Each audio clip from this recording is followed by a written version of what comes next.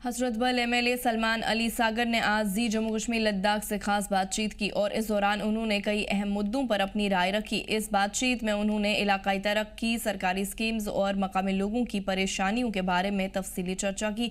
MLA ने यह भी बताया कि उनकी तरजीह इलाकाई लेवल पर लोगों की ज़रूरतों को पूरा करना और यूटी में बेहतर हुकूमत को यकीनी बनाना है।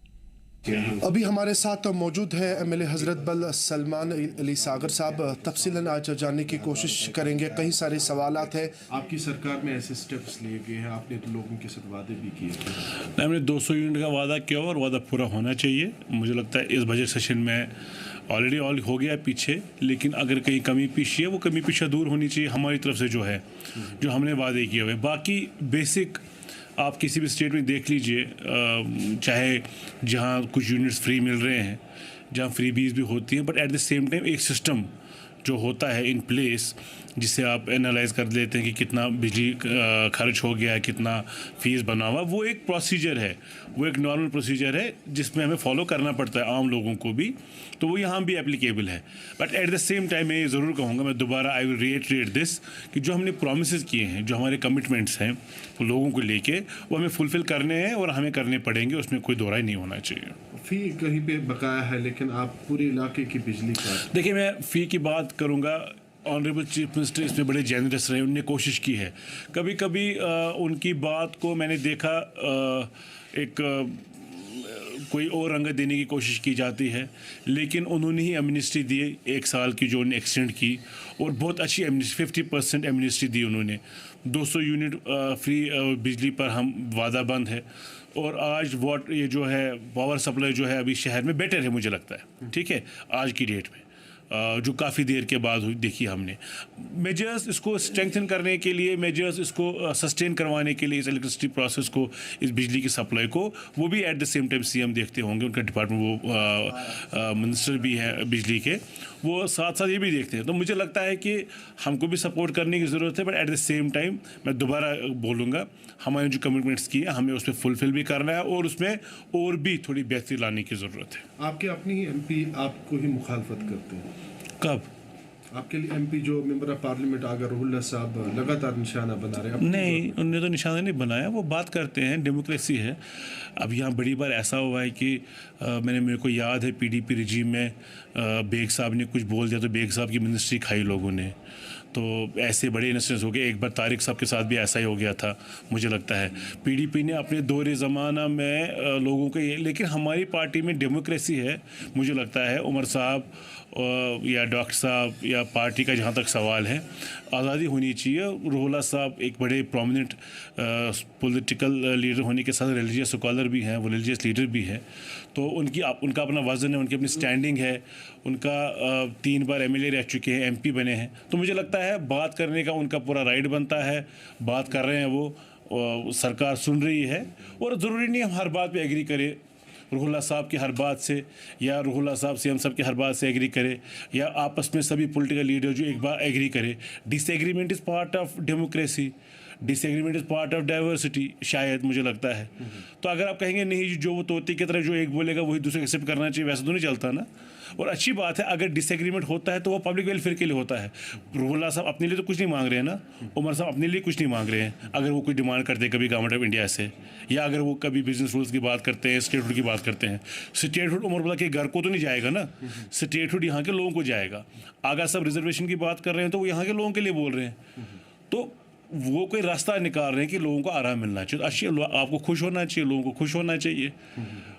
हमारे लिए अड़चने आती हैं कभी कभी आपस में, एज ए पार्टी हमारे लिए अड़चने आती होंगी, लेकिन ये पब्लिक वेलफेयर के लिए सारा होता है। सलमान साहब, आगा रुहुल्लाह मेहदी साहब ने प्रोटेस्ट की कॉल दी थी, और उसके बाद कई सारे लीडर्स को नज़रबंद रखा गया है, जिसमें इल्तिजा मुफ्ती है। इल्तिजा मुफ्ती ने कल सीधा सवाल किया है कि उन्होंने कहा उमर अब्दुल्ला ने ही हमें यहाँ पे नज़रबंद रखवाया है। मुझे एहतराम है इल्तिजा जी का, एक पॉलिटिकल फैमिली से बिलोंग करती हैं और कोशिश कर रही हैं अपना नाम बनाने की पॉलिटिक्स में, सियासत में। अच्छी बात है, हर एक को मौका मिलना चाहिए, हम सब मेहनत करते हैं इसके लिए।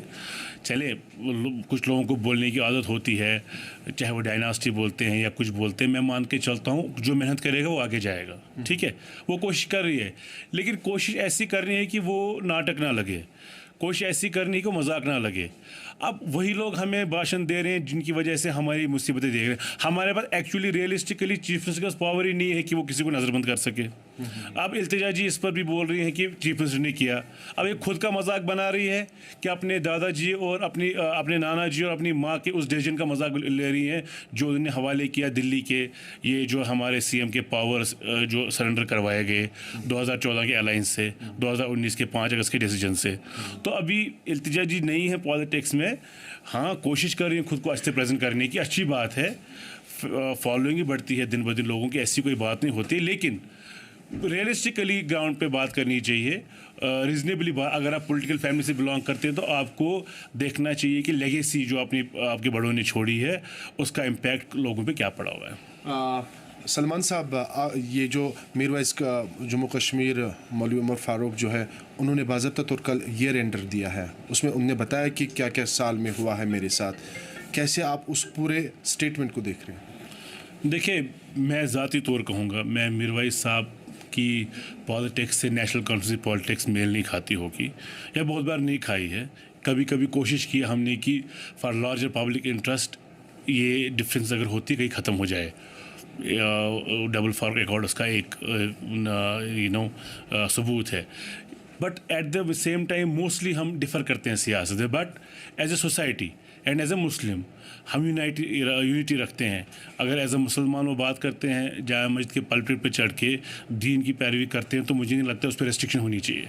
नमाज पर रेस्ट्रिक्शन नहीं होनी चाहिए। अगर कोई नमाज पढ़ने जाता है, खुतबा देने जाता है, अपने रसूल सल्लल्लाहु अलैहि वसल्लम का पैगाम देने जाता है, तो उस पर रेस्ट्रिक्शन होगी तो मैं कंडम करूँगा एज ए मुस्लिम। सियासत बाद में, पहले तो एज ए मुस्लिम में कंडम करूँगा वो। तो रेस्ट्रिक्शंस का जहाँ तक सवाल है, उन्हें बार बार का मुझ पर रेस्ट्रिक्शन लगाई जा रही है। सियासत तो वहाँ आके करेंगे, उसके बाद करेंगे, लेकिन पहले वो मौका तो दे दीजिए। हम उनका मुकाबला करेंगे सियासत में, वो इलेक्शन लड़े, हम देखते हैं कोई फिर क्या होगा, कोई जीतेगा कोई हारेगा, कोई बड़ी बात नहीं इसमें। लेकिन मौके आ जाए, अगर वो कभी बोलते भी उसमें भी परहेज़ नहीं है। वक्तन फ़ौक़तन सियासत चेंज भी हो सकती है, ऐसी कोई ऊपर से नहीं आया हुआ है। सियासत कुरान नहीं है, नौज़ बिल्लाह, ऐसी कोई बात नहीं है, ठीक है ना। तो वक्त के साथ सियासत बदल भी सकती है अगर कभी ज़रूरत लगी लोगों के बेनिफिट के लिए, ठीक है।